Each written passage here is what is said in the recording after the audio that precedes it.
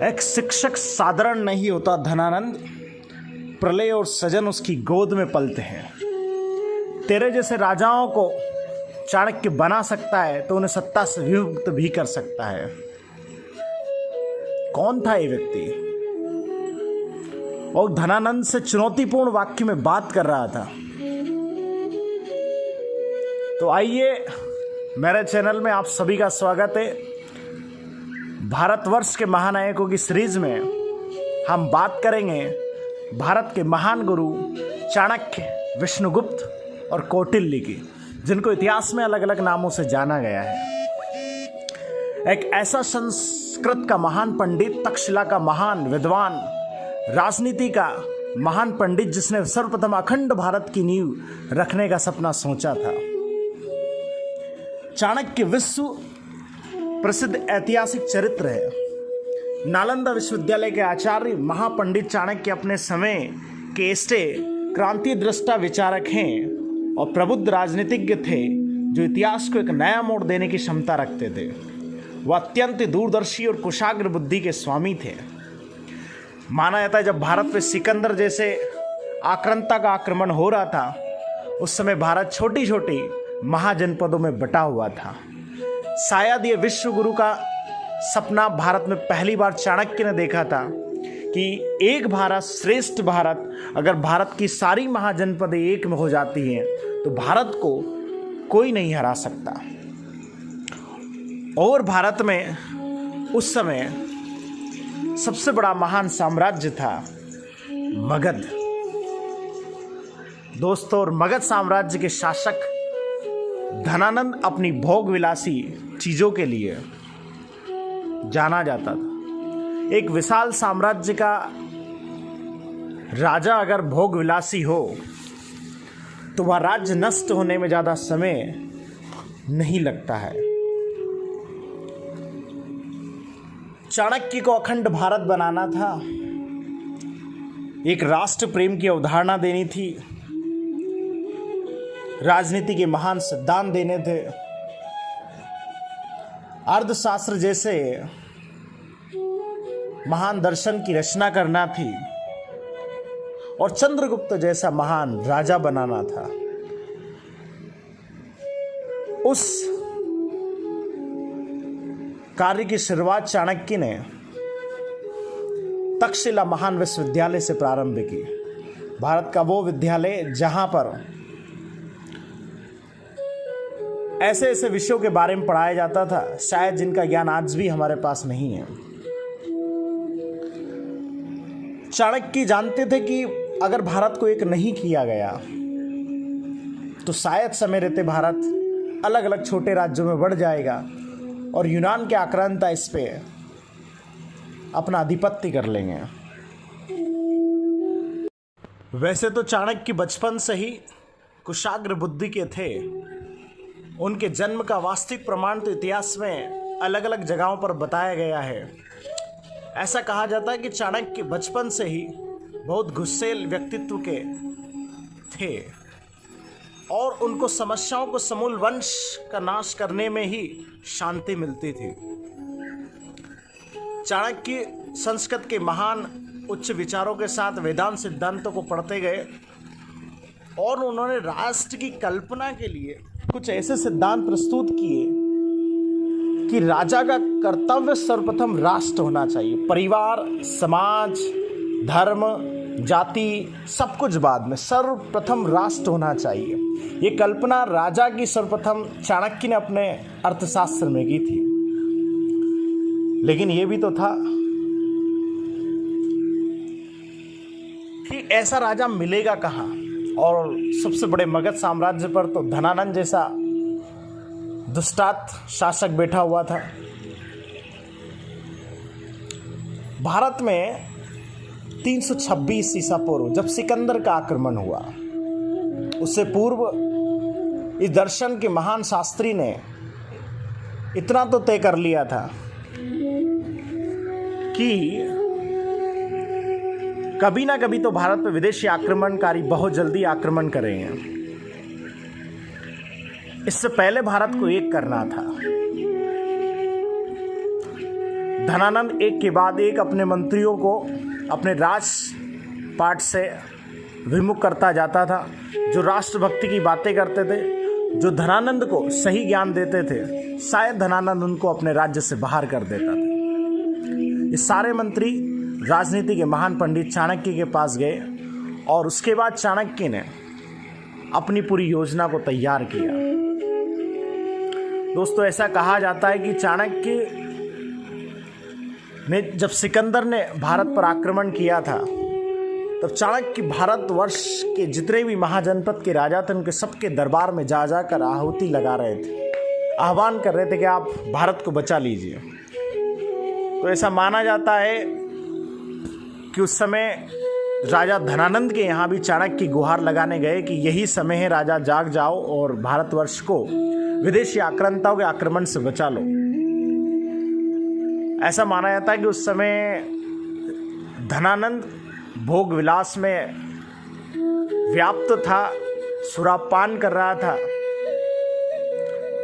और चाणक्य जब उसके पास पहुंचे तो धनानंद ने उनको अनादर पूर्वक भगा दिया। तब चाणक्य ने प्रतिज्ञा ली थी कि अहंकारी राजा धनानंद, जब तक तेरे समूल वंश का मैं नाश नहीं कर देता तब तक अपनी शिखा को नहीं बांधूंगा, और तेरे जैसे राजा को मैं बना सकता हूं तो उनका विनाश कर भी सकता हूं। धनानंद को वो चुनौतीपूर्ण वाक्य चाणक्य ने उस समय बोले थे जब भारत की एकता और अखंडता की बात आ गई थी।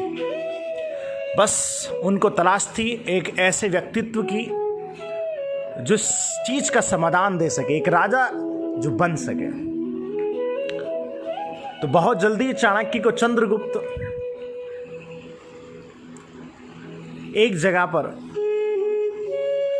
दिखाई दिए कि चंद्रगुप्त बहुत कम उम्र में अपने से बड़े लोगों को लीड कर रहे थे। चाणक्य ने जब नाम पूछा तो चंद्रगुप्त बताया और चंद्रगुप्त की माता से आज्ञा ली कि तेरे बेटे को मुझे दान कर दे, मैं एक दिन इसे भारत का राजा बना दूंगा। माँ ने ब्राह्मण की बात सुनकर चाणक्य को अपना बेटा दान दे दिया। उसके बाद चंद्रगुप्त की शिक्षा प्रारंभ हुई। शास्त्र शस्त्र सब में चंद्रगुप्त को पारंगत किया, आसपास के तमाम राजाओं को एकत्रित किया, और जब पोरस राज्य को जीतने के बाद सिकंदर मगध पर आक्रमण कर रहा था तो ऐसा कहा जाता है कि आसपास के छोटे राजाओं की सेना एकत्रित करके मगध राज्य की सीमाओं पर चाणक्य ने तैयार कर दी थी। इन्हीं सब चीज़ों को देखकर सिकंदर भारत से वापस लौट गया था और उसका विश्व विजय का सपना अधूरा ही रह गया था। अब बारी थी घनानंद को अपने पद से उतारने की। बार बार अपने छोटे आक्रमण के द्वारा मगध पर आक्रमण किया जा रहा था, लेकिन शायद घनानंद की इतनी विशाल सेना थी कि मगध साम्राज्य हार नहीं रहा था। चाणक्य और चंद्रगुप्त ने योजना बनाई कि आसपास के जितने भी छोटे छोटे राज्य जो धनानंद के या मगध साम्राज्य के अधीन है उनको जीता जाए और उनको सबको साथ में लेकर उसके बाद मगध साम्राज्य पर आक्रमण किया जाए। और ऐसा ही हुआ और मगध साम्राज्य को जीता और मगध साम्राज्य में घनानंद का समूल वंश का नाश किया। उसके बीवी बच्चे सभी लोगों को मारा गया और घनानंद के खून से अपनी शिखा को धोया और चाणक्य ने अपना वचन पूरा किया। इसके बाद आती है भारत के उत्कर्ष की कहानी कि संपूर्ण राज्य को जीत कर चाणक्य ने वो प्रधानमंत्रित्व प्राप्त किया कि पूरे भारत, अखंड भारत के एक प्रधानमंत्री चाणक्य। लेकिन इतनी तन्मयता, सादगी भरा इतना जीवन कि कहा जाता है जब सेल्यूकस निकेटर के राजदूत मेगास्थनीज जब भारत आया तो उसको बड़ी इच्छा थी मिलने की कि मैं चाणक्य से जरूर मिलूंगा। और उन्होंने सोचा कि चाणक्य जैसे प्रधानमंत्रित्व बड़े महल में रहते होंगे, मगध साम्राज्य इतना बड़ा साम्राज्य, इतना धनाढ्य साम्राज्य, तो शायद उनका महल बहुत बड़ा होगा। लेकिन जब वास्तव में उन्होंने चाणक्य को देखा कि एक छोटी सी कुटिया, एक छोटा सा साधारण सा व्यक्तित्व और वस्त्र भी साधारण से पहने हुए व्यक्ति इतने बड़े अगर साम्राज्य को चला रहा है तो सर्वश्रेष्ठ वो देश महान होता है। इसलिए देश का प्रधान का जीवन सादगीपूर्ण होना चाहिए। बाद में चाणक्य ने एक राष्ट्र में कैसे धन अर्जन हो, कैसे राष्ट्र मजबूत हो, प्रजा से बहुत कम कर लिया जाए, उसके लिए एक अर्थशास्त्र के महान पंडित ने अर्थशास्त्र की रचना की। वैसे तो उस पुस्तक को राजनीति की पुस्तक माना जाता है, लेकिन चाणक्य अर्थ, धर्म, काम और मोक्ष सभी में विश्वास रखते थे।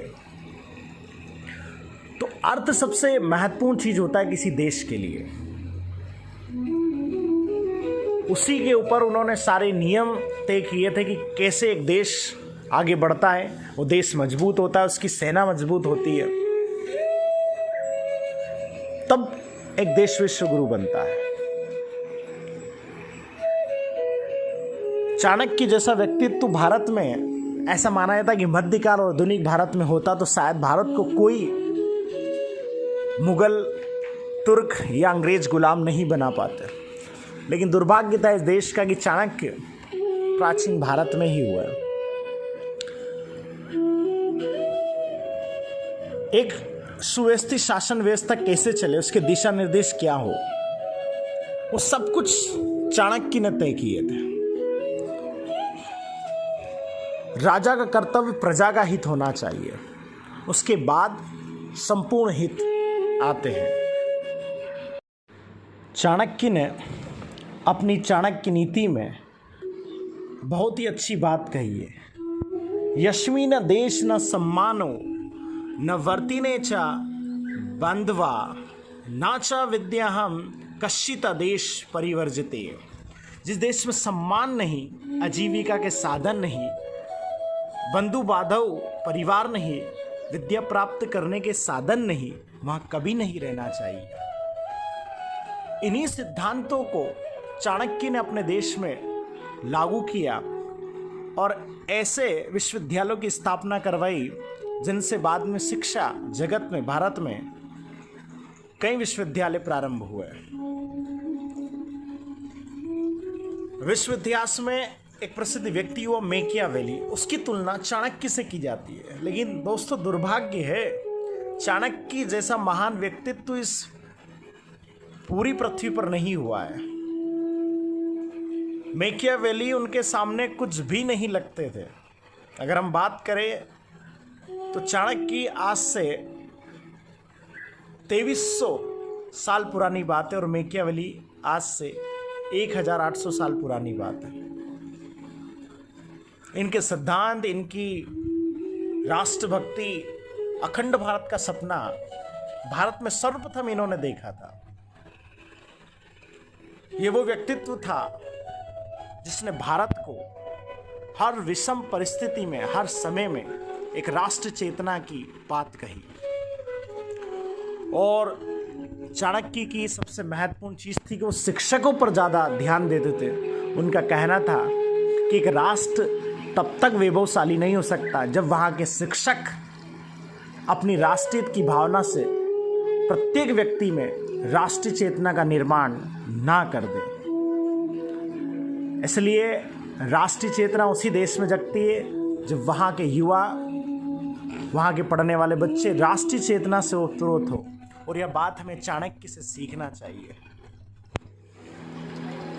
तो दोस्तों, मैं जल्दी एक नई सीरीज के साथ आपके साथ में फिर से आऊँगा। चाणक्य का वृत्तांत जितना कहे उतना कम है, लेकिन उनके जीवन की अद्भुत कुछ प्रेरणादायक किस्से थे जो मैंने आपके साथ शेयर किए। ये वीडियो आपको पसंद आए तो लाइक कीजिए, अपने दोस्तों को शेयर कीजिए और अपने चैनल को सब्सक्राइब कीजिए। बहुत जल्दी मिलते हैं नेक्स्ट सीरीज में। तब तक के लिए जय हिंद, वंदे मातरम।